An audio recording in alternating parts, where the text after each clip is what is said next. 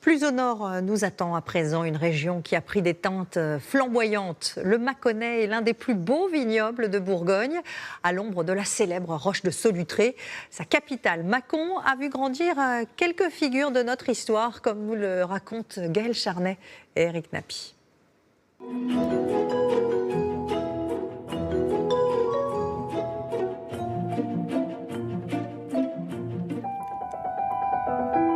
Déroulons le fil d'or de ses vignes. Suivons la lumière de sa rivière. Mâcon en ce matin d'automne est comme une poésie de Lamartine, une invitation à la contemplation. Bon, on va commencer sur l'eau. Bonjour. Bonjour. On peut monter? Oui, bien sûr. Attention à la marche. Attention à la marche et à la géographie. On est d'accord que la Saône n'est pas un fleuve. C'est une rivière.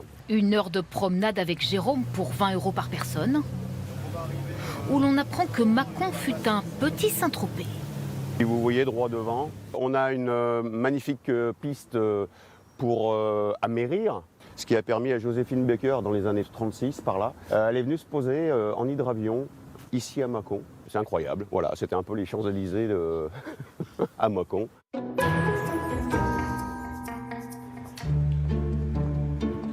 Dans ces ruelles piétonnes, une curiosité qui intrigue les touristes.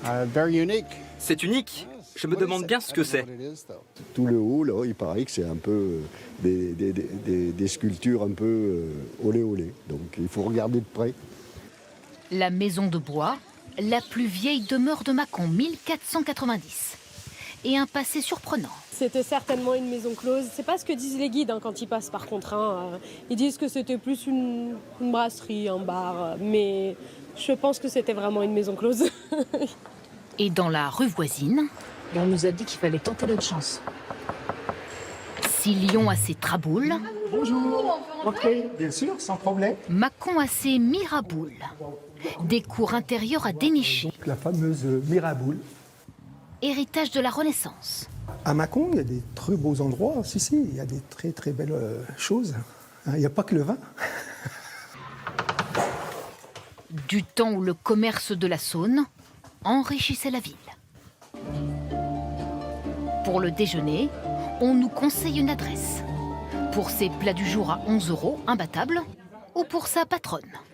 Bonjour, je m'appelle Isabelle Griesman, je suis la maman à Grisou. Voilà. Grisou qu'il peut vous arriver de croiser. Là, il était venu pendant un match de l'équipe de France. Ils avaient 2 jours de repos avec son ami Lucas Hernandez. Tout le monde rêve de le rencontrer ou de le voir. Mais il est assez accessible. Quand il vient à Mâcon, il descend en règle générale, il vient faire un petit tour. À Mâcon, il y a une autre célébrité. Un seul être vous manque et tout est dépeuplé. À votre avis, à qui doit-on ces célèbres vers? À Lamartine, un des plus grands poètes français, député de Saône-et-Loire. Dans sa région natale, c'est aussi une star. Ce château fut sa maison 50 années durant et sa dernière demeure. Voici le tombeau néogothique d'Alphonse de Lamartine, dans lequel il a souhaité être enterré auprès de ses proches. Sophie et Étienne ont réveillé il y a 4 ans ce manoir endormi, depuis lequel le poète contemplait sa terre natale et composait ses plus beaux vers. Rien n'a changé, tout a été complètement figé dans le temps. Vous avez son bureau, ici son sous-main. On sait qu'il aimait partir dans la campagne avec quelques feuilles de papier pour écrire assis sur un des nombreux bancs dans la propriété. Objet inanimé, avez-vous une âme? Et c'est exactement ce qu'on ressent quand on est dans cette pièce, l'âme des lieux et l'âme du poète. Une plongée dans son intimité, tout comme dans ses premières œuvres.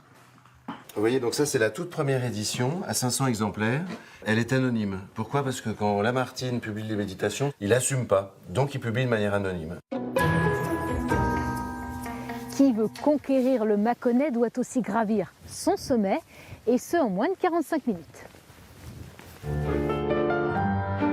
La roche de Solutré dans les cieux, tel un navire pétrifié comme le disait Lamartine.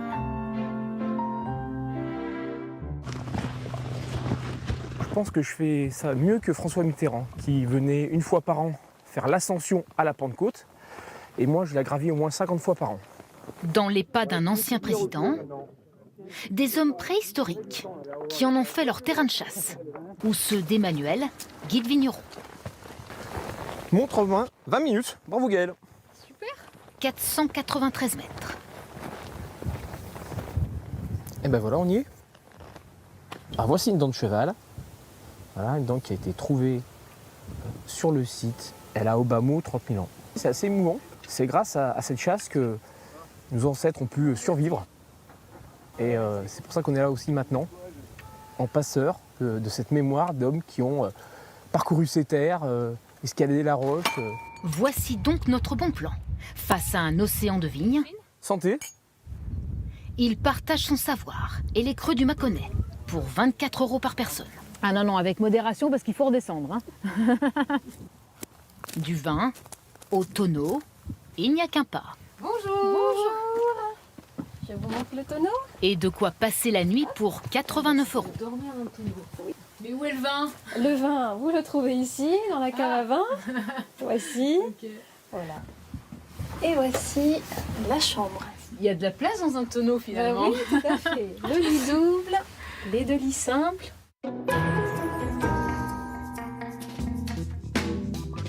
Et à Mâcon le soir venu, on a l'art de mettre l'ambiance.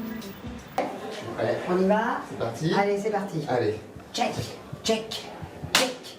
Hey. Hop. Oh là là là là là là là. Dans ce café-théâtre, devinez ce qui les fait venir. Rigoler, manger un petit peu et éliminer la semaine de boulot. Voilà. Le stress, tout, ouais. Tout.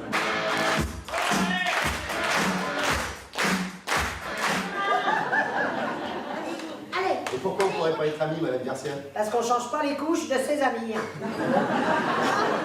Des rires qui résonnent d'un bout à l'autre de la Saône.